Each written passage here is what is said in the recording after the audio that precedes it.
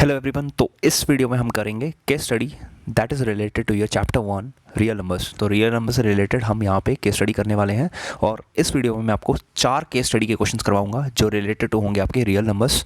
Okay, सो ये रही हमारी फर्स्ट केस स्टडी जो कि है activity on real numbers. So read कर लेते हैं ऐसे। सो रीड करने पे कहता है, in a classroom activity on real numbers the student have to pick a number card from a pile and frame questions on it if it is not a rational number for the rest of the class. The number cards picked up by first 5 students, their questions on the numbers for the rest of the class are as shown below. Answer them. ठीक है, सो ये हमारे पास एक activity है जो base है किस पे, रियल नंबर्स पे। ओके, सो यहाँ पे क्या किया है, आपके रियल नंबर्स पिक किए हमारे 5 स्टूडेंट्स ने और उन्होंने कुछ क्वेश्चंस फ्रेम किए। ओके, सो फर्स्ट क्वेश्चन की तरफ जाते हैं। Suraj picked up root 8 and his question was which of the following is true about root 8। उसने बोला कि रूट 8 कैसा नंबर है। सो रूट 8 हमारे पास कैसा नंबर है, नेचुरल नंबर है। ओके, सो हम लोग यहाँ पे देख लेते हैं। ओके, सो सबसे पहले since you are having root 8 और मैंने आपको बताया है कि जब भी आपके पास रूट के अंदर क्या आए, इवन नंबर आए, तो आपको क्या करना है, उसको एक बार उसको देख लीजिए कि क्या उसमें से कुछ कॉमन फैक्टर्स बाहर निकलते हैं कि नहीं निकलते हैं। ओके, सो हमने इसकी फैक्टराइजेशन की तो हो जाएगा 2 4 ज़ा, देन 2 2 ज़ा 4 एंड फाइनली 2 1 ज़ा 2।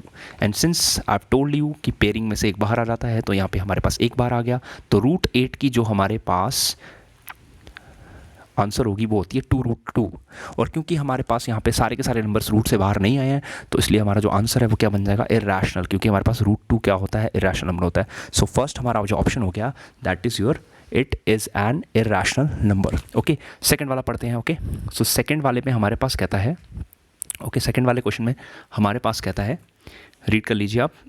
तो सेकंड वाले क्वेश्चन में कह रहा है हमारे पास, Shreya picked up bonus and her question was which of the following is not rational. इस बार हमें बताना है कि कौन सा इरैशनल नंबर यहाँ पे नहीं है। ओके, सो क्लियरली देख सकते हैं रूट 5 जो होता है वो हमारे पास इरैशनल होता है, तो ये पूरा का पूरा नंबर हमारे पास इरैशनल बन जाएगा। तो फर्स्ट पार्ट तो नहीं हो सकता। सेकंड पार्ट में देखिए रूट 7 माइनस 6, अभी रूट 7 हमारे पास क्या होता है, इरैशनल नंबर होता है, अगेन नहीं होता। थर्ड वाले को चेक कर लेते हैं, 2 + 2 रूट 9। ओके, सो चेक करते हैं 2 + 2 रूट 9। सो सॉल्व कर लीजिए। सिंस यू नो रूट 9 का जो आंसर होता है वो 3 होता है, तो हमारे पास आ जाएगा 2 + 2 × 3 विल बी 6 और 6 + 2 होता है हमारे पास 8। और क्योंकि 8 आपके पास होता है नेचुरल नंबर या फिर होल नंबर, और आपको मालूम होना चाहिए कि नेचुरल या होल नंबर हो, सारे के सारे हमारे पास क्या होते हैं, हमारे पास वो होते हैं सारे के सारे रैशनल नंबर। तो ये इरैशनल तो नहीं बन सकता, तो हमारा आंसर आ जाएगा ये वाला। हमें पूछा गया था कौन सा नंबर इरैशनल नहीं है, तो आंसर हो जाएगा part C. Okay, so I hope ये वाला पार्ट आपको क्लियर हो चुका होगा।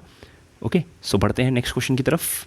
ओके, थर्ड पार्ट जो है हमारा, देख लीजिए। थर्ड पार्ट में हमारे पूछा गया है, Ananya picked up root 15 minus root 10 and her question was root 15 minus root 10 is what kind of number. तो हम लिख लीजिए थे यहाँ पे root 15 minus root 10। Okay, so since आपको पता होना चाहिए root 15 can be written as 3 × 5। Okay, और रूट 10 को आप कैसे लिख सकते हैं, रूट 10 को लिख सकते हैं रूट 2 × 5। ओके, सो कॉमन ले सकते हैं आप यहाँ पे, अगर कॉमन लेना चाहें। नहीं तो आपको ऐसे मालूम होना चाहिए, सिंस हमारे पास यहाँ पे इस वाली हमारे पास रूट से कोई नंबर बाहर नहीं आ रहा, इसमें से भी कोई बाहर नहीं आ रहा, तो ये दोनों के दोनों इरैशनल नंबर्स हैं। तो इरैशनल नंबर्स को जब भी आपको माइनस करेंगे तो आपके पास हमेशा इरैशनल नंबर ही आता है। तो ये हमारा जो पार्ट हो जाएगा सही, वो हो जाएगा B part. So that is जो हमारा थर्ड पार्ट है। ये जो दोनों नंबर्स हैं ये कैसे होते हैं, हमारे पास इरैशनल नंबर्स होते हैं, क्योंकि इनमें से रूट के बाहर नंबर्स हमारे नहीं निकल पाए हैं। ओके, सो नेक्स्ट क्वेश्चन की तरफ मिलते हैं। सुमन पिक्ड अप 1/√15। सो ओके, सो 1/√15 की बात कर लेते हैं, सॉरी 1/√5 की बात कर लेते हैं। सो 1/√5 रैशनलाइजिंग करके देख सकते हैं आप, 1/√5 इंटू √5/√5। सो हमारे पास नंबर बनता है ये √5 / 5, क्योंकि √5 × √5 हो जाएगा 5। ओके, सिंस हमारे पास √5 कैसा नंबर है, इरैशनल है, और √5 कैसा है हमारे पास, रैशनल है। जब भी इरैशनल नंबर को आप रैशनल से डिवाइड करते हो तो आपके पास आंसर आता है हमेशा इरैशनल नंबर। सो हमारा आंसर हो जाएगा C part, that is irrational number. Okay, so बढ़ते हैं अपने लास्ट की तरफ। तो लास्ट वाला हमारा जो क्वेश्चन है वो क्या कहता है, लास्ट वाला हमें पास कहता है कि Preeti picked up root 6। Okay, and her question was which of the following is not irrational. सबसे पहले हम बात कर लेते हैं कि रूट 6 हमारे पास किस टाइप का नंबर होता है। ओके, सो रूट 6 हमारे पास जो है वो इरैशनल नंबर है, क्योंकि root 6 can be written as 2 × 3 और यहाँ पे हमारे पास कुछ भी बाहर नहीं निकलता है। सो रूट 6 हमारे पास कैसा नंबर होता है, इरैशनल। अब जिसके आंसर में रूट 6 आएगा वो हमारे पास इरैशनल बन जाएगा। फर्स्ट वाला पार्ट देख लीजिए ए, क्योंकि इसमें रूट 6 आ रहा है तो ये हमारे पास इरैशनल नंबर बन जाएगा। सेकंड पार्ट देख लीजिए रूट 24 माइनस 9, तो रूट 24 को अगर आप फैक्टराइज करते हैं it can be written as, देख लीजिए क्या बन जाएगा, 2√6 बन जाएगा, आप करके देख लीजिए इसको। ओके, और सिंस इसकी फैक्टराइजेशन में हमारे पास रूट 6 आया है, ठीक है, 6 मतलब आया है जो रूट से बाहर नहीं निकल पाया, तो ये भी हमारे पास क्या आ जाएगा, अगेन इरेशनल नंबर हो जाएगा। नेक्स्ट हमारे पास आता है 5 नंबर आता है। ओके, सो 5 उसकी बात कर लेते हैं हम, 5√150 की बात कर लेते हैं, 5√150 की बात कर लेते हैं हम, तो वहाँ पे भी हमारे पास इसकी जो आप अगर करोगे तो हमारे पास क्या आएगा, 5√15 की बात कर लेते हैं हम। सो इसमें भी आपके पास क्या आता है, देख लीजिए 5√150, तो इसकी फैक्टराइजेशन कर लीजिए आप, फैक्टराइजेशन मैंने इसकी कर रखी है, तो कितना आता है हमारे पास, ये बनता है 2 × 5 × 5 × 3। ओके, सो ये हमारे पास जो नंबर है ये आपका है हमारे पास, ये आपका 5 था। ओके, सो आप देख सकते हैं 2 5 हैं तो एक ही 5 बाहर आएगा, बट अगेन रूट 6 अंदर रह गया, और रूट 6 हमने अभी बात की थी कैसा नंबर है हमारे पास, इरेशनल नंबर है। सो अगेन ये भी हमारे पास इरेशनल नंबर बन गया। हमें चाहिए क्वेश्चन में इरेशनल नहीं होना चाहिए, तो तीनों के तीनों नंबर्स हमारे पास इरेशनल बने हैं। सो हमारा जो करेक्ट आंसर है वो क्या हो जाएगा, पार्ट डी हो जाएगा। ओके, सो पार्ट डी हमारे पास इसमें ऑप्शन हो जाएगा। सो आई होप ये फर्स्ट वाली केस स्टडी आपको क्लियर हो चुकी होगी। अब बढ़ते हैं सेकेंड वाली केस स्टडी में। तो चलिए सेकेंड वाली केस स्टडी में बढ़ते हैं। सेकेंड वाली केस स्टडी में आप देख सकते हैं, ओके, ये आ गई हमारे पास सेकेंड वाली केस स्टडी। ओके, सो आप देखते हैं, to enhance the reading skills of grade class 10 students the school nominates you and two of your friends to set up a class library. There are two sections, section A and section B of grade X of grade 10. There are 32 students in section A and 36 students in section B. अब इसके base पे हमें information पूछी गई है। हमारे पास दो sections है, सेक्शन ए में हमारे पास 32 स्टूडेंट्स है और सेक्शन बी में हमारे पास 36 स्टूडेंट्स है। फर्स्ट क्वेश्चन बोलता है, what is the minimum number of books you will acquire for the class library so that they can be distributed equally among the students of section A और section B. Since friends आपको यहाँ पे minimum word दिख चुका है, यहाँ पे आपको मिनिमम वर्ड दिखा है। ओके, सो आपके पास वर्ड यहाँ पे मिनिमम आ चुका है। So whenever you are having minimum words, ध्यान से पढ़ लीजिए, मिनिमम वर्ड आ गया तो आपको क्या करना है, एलसीएम फाइंड करना है किस किस का, 32 और 36 का। ओके, सो यहाँ पे हम लोग के पास आ चुका है, हमें किस किस का एचसीएफ फाइंड करना है, हमें फाइंड करना है 32 और 36 का। ओके, सो ये आ गया आपके पास 32 और 32 की आप देख सकते हैं आपके पास क्या आता है, 32 की आती है 2 × 2 × 2 × 2 × 2 5 टाइम्स थ्रू आ जाएगा। ओके, और 36 की आप देख सकते हैं, 36 की हमारे पास आती है, 36 कैन बी रिटन एट 2 × 2 4, 4 × 3 12 और 12 × 3 विल बी 36। ओके, एलसीएम में यू नो हमारे पास क्या होता है। ओके, एक और मेथड हम डायरेक्टली कर सकते हैं इसको, तो मैं डायरेक्टली करके दिखाता हूँ आपको कैसे करना है। आपको you have to take LCM, तो एलसीएम हम डायरेक्टली ले लेते हैं। ओके, सो एलसीएम डायरेक्टली लेके दिखाता हूँ मैं आपको, जल्दी हो जाएगा क्वेश्चन वैसा। ओके, सो वैसे दिखा देता हूँ आपको। ओके, सो हमें क्या करना है, 32 और 36 का एलसीएम लेना है। Okay, so clearly you can see 4 से डिवाइड होते दोनों, 4 8 ज़ा 32 और 4 9 ज़ा 36। देन ये दोनों आपको पता है 8 और 9 से जाएंगे। ओके, जो 8 होता है वो 8 से ही जाएगा और 9 होता है वो 9 से ही जाएगा। आप इसको फैक्टराइज करके देख लीजिए तो आपके पास जो आंसर आएगा वो क्या क्या आ जाएगा हमारे पास यहाँ पे आ चुका है आंसर। तो हमारे पास हो गया 4 × 8 × 9, so multiply it, you will get 288। So हमारा जो आंसर है वो आ जाएगा option number C. So I hope ये आपको क्लियर हो गया होगा फर्स्ट वाला question. Okay, so second part में पूछा है एचसीएफ आप निकाल चुके हैं, दोनों में कॉमन फैक्टर क्या है, 4 है, तो सेकंड पार्ट भी हमारा इसी के साथ हो गया। ओके, नेक्स्ट वन देख लेते हैं हम। ओके, सो नेक्स्ट वन देख लीजिए, नेक्स्ट वन में हमें क्या पूछा हुआ है, 36 कैन बी एक्सप्रेस्ड एज, 36 की आपको प्राइम फैक्टराइजेशन करनी है और 36 की प्राइम फैक्टराइजेशन आप साइड में करके देख लीजिए क्या आता है हमारे पास। तो दिस इज़ योर 36 और 36 आता है 2 18 ज़ा, देन 2 9 ज़ा और 9 यू कैन नो। तो यहाँ पे हमारे पास 2 आए हैं, तो 2 का स्क्वायर और 3 का स्क्वायर, तो आंसर हो जाएगा part A. Okay, so I hope ये वाला पार्ट भी आपको क्लियर हो चुका होगा। ओके, सो बढ़ते हैं नेक्स्ट पार्ट की तरफ। सो नेक्स्ट पार्ट 7 × 11 × 13 × 15 + 15, ये कैसा नंबर होगा हमारे पास, देख लेते हैं इसको अभी हम। ओके, सो नेक्स्ट पार्ट हमारे पास है, नंबर क्या है हमारे पास, 7 × 11, so I will write it down, 7 × 11 × 13 × 15 plus और 15 आ गया है। क्लियर, थोड़ा ठीक से लिख देता हूँ, अच्छे से लिख देता हूँ ऐसे। Okay, so right it down, 7 into 11 into 13 into 15 and plus 15। Okay, और सिंस यू कैन सी हमारे पास कॉमन क्या है दोनों में, ये हमारे पास फर्स्ट टर्म आ चुकी है, ये आपके पास आ गई सेकेंड टर्म। तो दोनों टर्म्स में आप देख सकते हैं, दोनों टर्म्स में आप देख लीजिए कॉमन हमारे पास क्या आ रहा है, कॉमन आ रहा है 15। तो 15 कॉमन निकालने के बाद आपके पास बचता है 7 इंटू 11 इंटू 13, और इस वाली टर्म में क्या बच गया, प्लस 1 बच गया। Okay, and since you know हमारे पास जो 15 होता है उसकी प्राइम फैक्टराइजेशन क्या होती है, हमारे पास 15 की होती है 3 इंटू 5। सो आपके पास आ गया, सॉरी 3 इंटू 5 आ चुका है आपके पास। So I will write it here, इधर लिख देता हूँ मैं 3 इंटू 5, और जो बीच के नंबर्स हैं वो सेम आ गए 77 इंटू 13 प्लस 1। और सिंस आपको पता होना चाहिए कि जो कंपोजिट नंबर होते हैं उसके एक से ज़्यादा फैक्टर्स होते हैं, तो सिंस हमारे पास यहाँ पे 2 फैक्टर्स ऑलरेडी आ चुके हैं और 1 तो होता ही होता है हर चीज़ का, तो यहाँ से क्लियरली हमें आइडिया लग गया ये नंबर कैसा होगा, आपका कंपोजिट नंबर होगा। तो आई होप ये आपको क्लियर हो चुका होगा ये वाला पार्ट, कंपोजिट कैसे बना। ठीक है,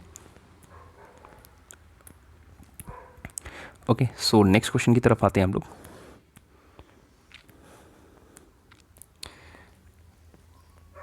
लास्ट पार्ट है हमारा इसमें। ओके, सो लास्ट पार्ट हमारे पास कहता है, ओके, सो हमारे पास 2 नंबर है, एक है A B. Okay, so A B square, इसको कैसे लिख सकते हो आप, A into B into B, ऐसे ही लिख सकते हैं। ओके, और नेक्स्ट हमारे पास नंबर है ए स्क्वायर बी, जहाँ पे आपको पता है ए इंटू बी लिख सकते हो। अब कॉमन क्या आ रहा है दोनों में कॉमन आ रहा है ए और बी, तो आपको लेना है एलसीएम। सो एलसीएम में क्या होता है, जो कॉमन वाले हैं वो एक बार लिखते हैं, तो कॉमन आ गया आपके पास ए और बी, और जो पीछे बच गए उनको दोबारा से लिख लीजिए, तो बी और ए। सो आपके पास कितने, हमारे पास कितने ए आए हैं और कितने बी आए हैं, तो आप देख सकते हैं यहाँ पे हमारे पास 2 ए आए हैं, तो आपके पास हो जाएगा आंसर ए स्क्वायर और बी स्क्वायर। सो हमारा जो करेक्ट आंसर है that is your part number B part हो जाएगा हमारे पास यहाँ पे। तो ये हमारी सेकंड वाली केस स्टडी हुई। आई होप ये भी आपको क्लियर हो चुकी होगी सेकंड वाली केस स्टडी कि किस तरह से हमने सॉल्व किया। स्टूडेंट इसको साथ में नोट करते जाइएगा, क्योंकि ऐसे आपको समझ नहीं आएगा, क्योंकि मैं तो यहाँ पे क्वेश्चन सॉल्व करके जस्ट यहाँ पे मैं रब कर दे रहा हूँ, तो आपको बेटर कंसेप्ट के लिए इसको लिखना बहुत ज़रूरी है। ओके, तो बढ़ते हैं अपनी केस स्टडी नंबर नेक्स्ट की तरफ। A seminar is being conducted by an educational organisation where with the participants will be educators of different subjects. The number of participants in Hindi, English and maths. तो आपके पास 3 subjects हैं यहाँ पे, एक हिंदी, दूसरा है इंग्लिश और तीसरा है maths. So I will write it down. Hindi में हमारे पास हो गए हैं 60, और इंग्लिश में आपके पास हो गए हैं 84, और मैथ्स में आपके पास हो गए हैं 108। क्लियर। अब सबसे पहला पार्ट जो बोलता है, in each room same number of participants are to be seated and all of them being in the same subject, hence maximum number of participants that can accommodate in each room. So यहाँ पे again word आप ध्यान से देख लीजिए, maximum है। Maximum के लिए क्या फाइंड करते हैं हम, मैक्सिमम के लिए फाइंड करते हैं हम HCF। तो आपको क्या करना है, हर एक पार्टिसिपेंट को इक्वल नंबर्स में, मतलब आपको क्या करना है, इक्वल्स में डिवाइड करना है, ताकि हर एक रूम में एक ही सब्जेक्ट के स्टूडेंट्स हमारे पास बैठे। ओके, तो आप देख सकते हैं 60, आप सबको अगर फैक्टराइज करते हैं तो आप देख सकते हैं 60 can be written as 12 into 5, और 84 can be written as 12 into 7, और 108 can be written as 12 into 9। So आप देख सकते हैं सब में कॉमन जो है वो 12 आ रहा है। सो आपके पास जो फर्स्ट क्वेश्चन का आंसर हो जाएगा वो आ जाएगा आपके पास 12। ओके, तो सेकंड वाला आपको ध्यान से देखने का है, what is the minimum number of rooms required during the event. Okay, so condition ध्यान रखिएगा। अब हम क्या कर रहे हैं, हर एक रूम में हमने हिंदी वाले जो स्टूडेंट्स हैं हर एक रूम में 12 बिठाए हैं, और हिंदी वालों के लिए कितना रूम लिया है हमने, 5 रूम लिया है। ओके, सिमिलरली इंग्लिश वालों के लिए हमने कितने रूम्स लिए हैं, 7 रूम लिए हैं, और मैथ्स वाले के लिए कितने रूम लिए हैं हमने, 9 रूम लिए हैं। आप ध्यान से समझिए क्वेश्चन को, मैं क्या कहने की कोशिश कर रहा हूँ, हिंदी वाले 12-12 करके हमने हर एक रूम में स्टूडेंट्स बिठाए हैं। ओके, सो 12 करके बच्चे जो हिंदी के हैं वो कितने रूम से बैठे हैं, 5 रूम से बैठे हैं। ओके, और 12-12 करके बच्चे कितने रूम में बैठे हैं, 7 रूम में बैठे हैं। तो आप ध्यान से देख लीजिए क्वेश्चन को, समझिए, दिस इज़ योर नंबर, ये आपका नंबर है, और ये है आपके पास रूम्स। क्या है, रूम्स। और हमें क्या पूछा हुआ है, हमने नंबर ऑफ रूम्स पूछा है, तो इतने रूम्स हमने यूज़ किए हैं, और सबको ऐड कर लीजिए आपने कितने रूम्स यूज़ किए हैं, 5 + 7 12, और 12 और 9 21। सो इसलिए हमारा आंसर हो जाएगा 21, हमारा आंसर हो जाएगा। ओके, सो आई होप ये चीज़ आपको क्लियर हो चुकी होगी कि हमें नंबर ऑफ रूम्स पूछे हैं, हमें अब नंबर ऑफ पार्टिसिपेंट्स नहीं पूछे, तो आप पार्टिसिपेंट नहीं लिखेंगे। Okay, so make sure that आपको रूम्स पूछे गए थे, तो रूम्स हमारे पास कितने हो गए 5 + 7 + 9, जिसका आंसर हो जाएगा 21। ओके, नेक्स्ट हमारे पास आता है एलसीएम फाइंड करना आपको 60 × 84 × 108 का। सो क्लियरली आप देख सकते हैं यहाँ पे हमारे पास एचसीएफ जो है वो क्या आ चुका है, एचसीएफ आ चुका है आपके पास 12। तो देख लीजिए कॉमन हमारे पास 12 है, तो इन सबको आपके पास एलसीएम आ जाएगा। ये देख लीजिए 12 सब में से कॉमन आ गया एक बार, और बाकी जो बचा पीछे 5 × 7 × 9 सबको आप मल्टीप्लाई कर दीजिए। ओके, सबको आप मल्टीप्लाई कर देंगे तो 12 × 5 हो जाएगा 60, 60 × 7 × 9 हो जाएगा। सो दैट मीन्स 420 × 9 हो जाएगा, जिसको आप मल्टीप्लाई कर लीजिए, आपको मिल जाएगा 3780। सो हमारा जो ऑप्शन है वो हो जाएगा ऑप्शन ए 3780। ओके, नेक्स्ट आपको फाइंड करना है नेक्स्ट वाला। ओके, फोर्थ पार्ट में आपको बोला है the HCF and LCM. Okay, HCF और एलसीएम निकालना है। ओके, सो एचसीएफ और एलसीएम निकालने के लिए का दोनों का प्रोडक्ट चाहिए आपको। ओके, सो इन सब का हमने सबका नंबर्स का सारे नंबर्स का हमने एचसीएफ निकाला हुआ है। एचसीएफ हमारे पास है 12 और एलसीएम आपने निकाला 38780। दोनों को मल्टीप्लाई कर लीजिए, मल्टीप्लाई करने पे आपको मिल जाएगा जो आंसर वो मिल जाएगा आपको 45360। सो जस्ट मल्टीप्लाई इट, बहुत सिंपल क्वेश्चन है, आपको ये मिल जाएगा। तो पार्ट डी हमारा आंसर हो जाएगा। ओके, लास्ट पार्ट है आपका 108 की मैन्युफैक्चराइजेशन की हुई है, देख लीजिए ऊपर 108 को मैन्युफैक्चराइज किया था, तो हमारे पास क्या आया था, हमारे पास 12 × 9। और आपको पता होना चाहिए जो 12 है 108 है, देख लेते हैं एक बार। 108 हमारे पास बना 12 × 9, और 12 को आप और ब्रेक कर लीजिए तो 3 × 4 × 9 बन जाएगा। ओके, सो 4 होता है 2 का स्क्वायर, और 3 और यहाँ से 3 का स्क्वायर बन गया तो 3 का स्क्वायर 3 का क्यूब बन जाएगा हमारे पास। तो आपके पास जो आंसर है वो बन जाएगा D part. Okay, so this is your answer. So I hope ये चीज़ आपको क्लियर हो चुकी होगी, और बढ़ते हैं अपनी नेक्स्ट वाली और इस वीडियो की लास्ट वाली हमारे पास केस स्टडी जो हम सॉल्व करेंगे। ओके, सो बेसिकली वो रहने वाली है फंडामेंटल थ्योरम ऑफ अर्थमेटिक पे। तो फंडामेंटल थ्योरम ऑफ अर्थमेटिक आपको पता होनी चाहिए। सबसे पहले फंडामेंटल थ्योरम ऑफ अर्थमेटिक क्या कहती है कि कोई भी जो हमारे पास दो नंबर्स, कोई भी एक कंपोजिट नंबर होता है उसको हम एक्सप्रेस कर सकते हैं इन द फॉर्म ऑफ किसमें, प्राइम फैक्टर्स में कर सकते हैं हम। ओके, अब सबसे पहले हमारे पास क्या करना है, इस एक्स की वैल्यू फाइंड आउट करनी है। ओके, सो सबसे पहले आपको एक चीज़ जो श्योर करनी है, अगर आपको दो नंबर्स नीचे वाले मालूम हो तो ऊपर वाला नंबर आपको कैसे मिलता है, दोनों को आप मल्टीप्लाई कर लीजिए। तो एक्स की वैल्यू क्या आएगी 5 × एक्स की वैल्यू हो जाएगी हमारे पास 5 × 2783। तो सबको आप मल्टीप्लाई कर लीजिए, you will gate 13915।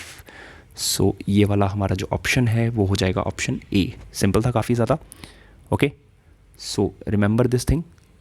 Okay, next हमारे पास आता है second part, what is the value of Y. अब देख लीजिए, क्योंकि वाई जो है आपके वाई के जो साथ वाला नंबर आपको मालूम है और उसके ऊपर वाला भी नंबर मालूम है। तो देख लीजिए, एक चीज़ बताना चाहूँगा, जब भी आपके पास डिफरेंट बिल्डिंग में नंबर्स हो, ओके, सच डिवाइड इट, तो आपको वाई की वैल्यू के लिए क्या करना है, 2783 को आपको डिवाइड करना है किससे, डिवाइड आपको करना है 253 से। तो you can easily find 253 × 1 = 253। Okay, divide it, तो हमारे पास 5 आ गया, यहाँ से 2 आ गया, यहाँ ऊपर से 3 आ गया, अगेन 253 × 1 तो आपके पास आंसर आ जाएगा 11। ओके, सो आई होप ये चीज़ आपको क्लियर हो चुकी होगी। ओके, सो नेक्स्ट हमारे पास आ जाता है third part, what is the value of z। So again आपके पास साइड के दो नंबर्स मालूम है आपको, ये और ये नंबर मालूम है, तो डिवाइड कर लीजिए, तो आपके पास आएगा 253 डिवाइडेड बाई 11। सो 11 × 2 = 22। ओके, और 11 × 3 = 33। तो आंसर आ गया पास 23। सो हमारा जो आंसर है वो इस पार्ट का हो जाएगा 23। ओके, तो ये सारे सिंपल से पार्ट्स हैं हमारे पास। ओके, नेक्स्ट पार्ट्स आते हैं according to fundamental theorem of arithmetic. ठीक है, 13915 इज़ हमारे पास बताना है जो नंबर है 13915 ये कैसा नंबर है। ओके, सबसे पहले मैं आपको एक चीज़ बताना चाहूँगा, ये 1 के टेबल से जाता है, ये 13915 के टेबल से भी जाएगा, वो तो आपको पता ही है, और ये 5 के टेबल से भी डिवाइड होता है। Since we are having more than 2 factors, और आपको पता होना चाहिए जब भी हमारे पास किसी नंबर के 2 से ज़्यादा फैक्टर्स होते हैं तो ऑटोमेटिकली क्या बन जाता है, कंपोजिट नंबर बन जाता है। तो ये हमारे पास हो जाएगा कंपोजिट नंबर। ओके, सो आपको इसके लिए सॉल्व करने की ज़रूरत नहीं है। ओके, नेक्स्ट क्वेश्चन हमारे पास आता है 1395 की 15 की हमारे क्या देखनी है, प्राइम फैक्टराइजेशन देखनी है। तो देख लेते हैं, इसको डिवाइड कर लेते हैं और देख लेते हैं हम क्या आती है इसकी। ओके, सो देखते हैं, तो यहाँ पे मैं ले लेता हूँ, तो ये आ गया हमारे पास नंबर 13915। तो जैसा कि मैंने आपको कहा था 5 से डिवाइड करते हैं, 5 × 2 = 10, 5 × 7 = 35, और 5 × 8 = 40, और 3 आ गया हमारे पास, 5 × 3 = 15। ओके, अगेन डिवाइड 11 से करके देख लीजिए, 11 2 22, तो 58 बन गया हमारे पास, 11 5 55, 3 बज गया 33 हो गया, 11 3 33, 11 से डिवाइड कर लीजिए, 11 2 22, रिमाइंडर बच गया 3 और ऊपर से 3 आ गया, 11 3 33। तो देख सकते हैं आप क्लियरली हमारे पास आया 5 × 11 का स्क्वायर और मल्टीप्लाई 23। सो आपके पास ऑप्शन जो हो जाएगा वो हो जाएगा 5 × 11 का स्क्वायर, ऑप्शन सी आपका सही आंसर है। सो आई होप ये हमारा था लास्ट क्वेश्चन। तो आई होप ये वीडियो आपको क्लियर हो गया होगा और आपको केस स्टडी का कुछ थोड़ा बहुत मालूम चल गया होगा किस तरह से आपको क्वेश्चंस पूछ सकते हैं आपके एग्जाम में। ओके, सो बोर्ड एग्जाम से आपको किस तरह से आ सकते हैं चैप्टर 1 से रिलेटेड। ओके, सो हमने इस वीडियो में वो चीज़ कवर की है। सो आई होप आप सब ने इसको साथ साथ में नोट किया होगा। ठीक है, तो फिलहाल रखते हैं इस वीडियो को इतना ही, और नेक्स्ट चैप्टर की केस स्टडी भी हम जल्दी ही लाएंगे इसके लिए। So thanks for watching and have a good day.